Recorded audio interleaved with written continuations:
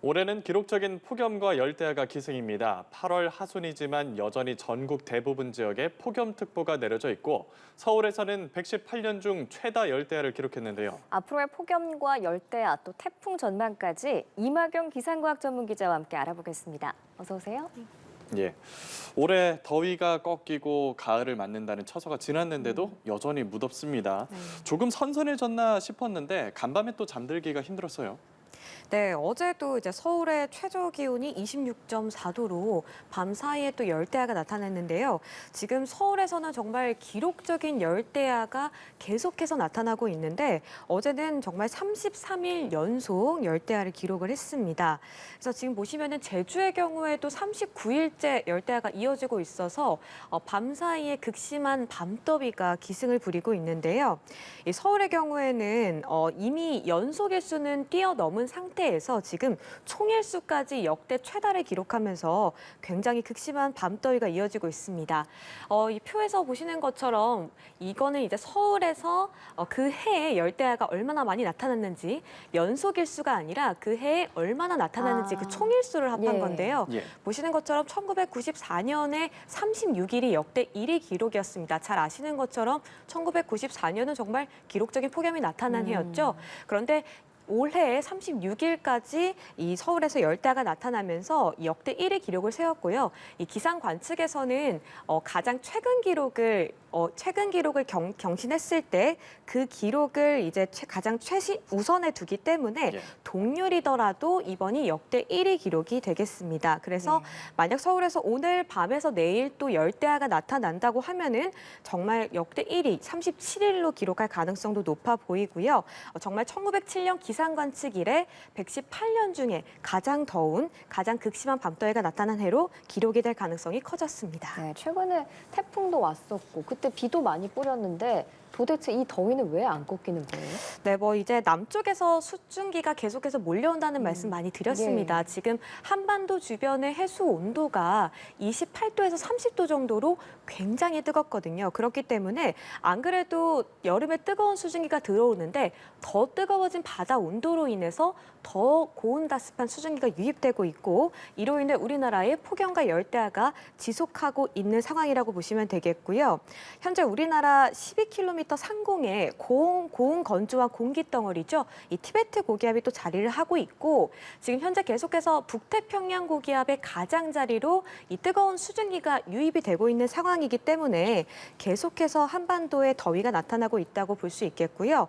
태풍 종다리의 경우도 통상 태풍이 오게 되면 강한 바람이 불고 비가 내리기 때문에 기온이 좀 떨어지기 마련인데 오히려 열기를 몰고 왔고 꿉꿉한 습기를 한반도에 남기면서 더위를 더 부추기는 요인이 됐습니다. 우리가 통상 이제 가을이 찾아오려면 북쪽에 있는 찬 공기가 내려오고 이 남쪽의 수증기는 좀 빠져나가는 형식이 되면서 좀 날이 선선해지면서 가을이 찾아오기 마련인데 지금 현재는 계속해서 뜨거운 고온다습한 수증기가 우리나라에 유입되는 형태라고 볼 수 있겠고요. 아마 이제 9월 초순이 좀 지나서 중순이 된다면은 이제 뜨거운 공기와 찬 공기가 충돌을 하면서 또 대기가 불안정해지고 그러면서 오히려 비가 내리는 2차 우기로 접어드는 그때가 올 겁니다. 그래서 지금의 경우에는 아직까지는 절기상 처서가 지났지만 무더위는 8월 말까지는 이어진다. 이렇게 보시면 되겠습니다. 9월 초순에서 중순이 되면 시원해질 겁니다라고 하실 줄 알았는데 오히려 비가 온다고 하니까 더 걱정이거든요. 지금이 8월 하순인데도 전국적으로 폭염특보가 여전하고 어제부터 강원 동해안에서는 더 심한 폭염이 나타난다고 하는데 오늘은 얼마나 더 덥습니까? 네, 일단 말씀하신 것처럼 정말 전국 대부분 지역에 여전히 폭염특보가 좀 내려져 있고 특히나 중부의 경우에는 폭염주의보가 내려져 있지만 이 남부의 경우 그리고 동해안의 경우에는 지금 극심하게 폭염경보가 지금 내려져 있는 상태거든요. 특히나 강원 동해안 지역은 어제 폭염주의보에서 경보로 폭염 단계가 더 상향이 됐습니다. 그 이유를 좀 보면은 일단 제가 앞서 북태평양 고기압 가장자리로 고온다습한 남풍이 불어온다고 했죠. 우리나라는 이제 바람의 영향을 굉장히 많이 받게 되는데요. 이 고온다습한 남서풍이 남쪽에서 불어오면서 태백산맥을 넘게 되는데 네. 이 태백산맥을 넘으면 기온이 더 상승하게 됩니다. 즉 공기가 더 뜨거워지기 때문에 오히려 동쪽 지역에 폭염이 더 강화가 되는 거고요. 그래서 어제의 경우에는 정말 동해나 강릉에서 역대 최고 기온을 기록할 정도로 굉장히 극심한 폭염이 찾아왔습니다. 오늘도 낮 최고 기온을 살펴보시면 서울의 경우 32도, 또 강릉은 36도까지 오르겠고 대구도 35도 등 전국 대부분 지역이 33도를 웃도는 굉장한 폭염이 이어지겠는데요. 몸으로 느끼는 더위도 더 심한 만큼 건강관리 더 신경 쓰셔야겠습니다. 네, 올여름도 정말 습하잖아요. 그래서 동남아 같다라고 말씀하시는 분들 많은데 이렇게 유독 습한 이유가 따로 있는 건가요? 계속해서 좀 말씀을 드리면은 결국에는 이게 수증기가 좀 문제인데요. 이 수증기의 경우에는 이산화탄소보다 굉장히 더 강력한 온실 기체입니다. 그래서 대기 중에 열기를 붙잡아두는 성질이 있거든요. 그렇기 때문에 한낮에 열기가 밤에는 원래는 식기 마련인데 식지 않고 계속해서 더위가 이어진다고 볼 수 있겠고 이 습도를 좀 살펴봐도 저희가 가장 최악의 더위로 꼽히는 최악의 폭염이 나타났던 2018년과 비교해도 지금 습도 차이가 6%포인트 정도 차이가 나고 있죠. 예. 즉 올해 유독 습도가 높고 굉장히 수증기가 많다라는 거를 보여주는 지표라고 볼 수 있겠고요. 이 열대야의 경우도 이 높은 수증기 때문에 계속해서 이어지고 있는 상황이라고 볼 수 있겠습니다. 그래서 이 열대야 또 폭염의 경우에는 좀 수증기가 좀 나아지면 괜찮을 텐데 계속해서 이 수증기가 열기를 붙잡아 두고 밤에도 최저 기온이 25도 아래로 떨어지지 않는 열대야가 나타나고 있다라고 볼 수 있겠습니다. 예, 기록적인 폭염 때문에 온열 질환 환자도 크게 늘고 있는데요. 벌써 3,000명을 넘어섰습니다.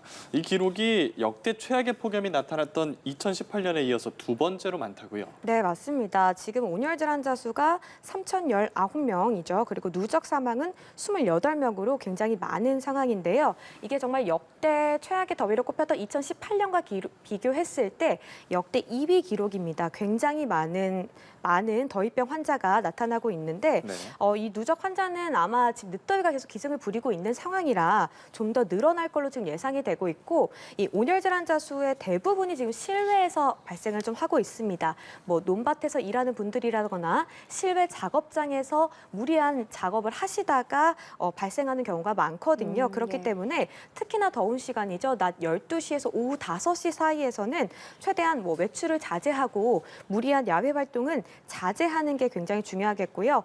앞서 저희가 계속해서 말하듯이 정말 이번에 기록적인 밤더위가 나타나고 있잖아요. 그렇기 때문에 오히려 주간에 더위병 환자가 많이 몰리기 마련인데 오히려 이제 야간에도 좀 더위병 환자가 나타나는 경우가 많습니다. 올해의 경우에는. 그렇기 때문에 밤에도 좀 건강 관리를 좀 더 신경 쓰시는 게 중요하다고 볼 수 있겠습니다. 네, 이런 가운데 10호 태풍 산산이 북상 중입니다. 앞서 지나간 9호 태풍 종다리가 열기랑 수증기를 몰고 와서 더위를 더 부추겼는데 네. 이 산산은 어떤가요? 네, 산산의 경우 경로를 좀 먼저 살펴보시면 현재는 일본을 좀 향하고 있습니다. 이 종달의 경우에는 우리나라에 거의 북상하면서 올해 한반도에 처음으로 영향을 준 네. 태풍이었죠. 근데 네. 이제 산산의 경우에는 지금 일본 오사카를 향할 걸로 예상이 지금 되고 있는데 다음 주 초에 일본 해상에 지금 진출할 걸로 보이고 있거든요. 그런데 이렇게 태풍이 다가오게 되면은 우리나라 쪽으로 이제 동풍을 불어넣게 됩니다. 앞서 제가 말씀드렸던 동쪽의 폭염과는 좀 반대의 메커니즘이죠.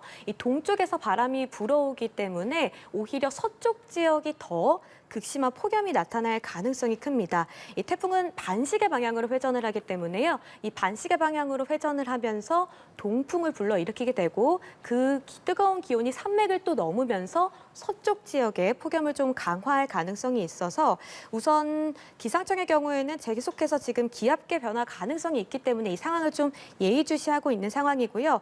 만약 태풍 산산이 열기를 불어넣어서 우리나라의 폭염을 더 강화시킨다고 하면은 지금과 같은 폭염과 열대야는 더 이어질 가능성도 있겠다라고 말씀드리겠습니다. 예, 이번 주말에도 무더울 예정입니다. 수분 섭취 충분히 해주시길 바라겠고요. 이마경 기상 전문 기자와 함께 날씨 소식 알아봤습니다. 오늘 말씀 고맙습니다. 고맙습니다.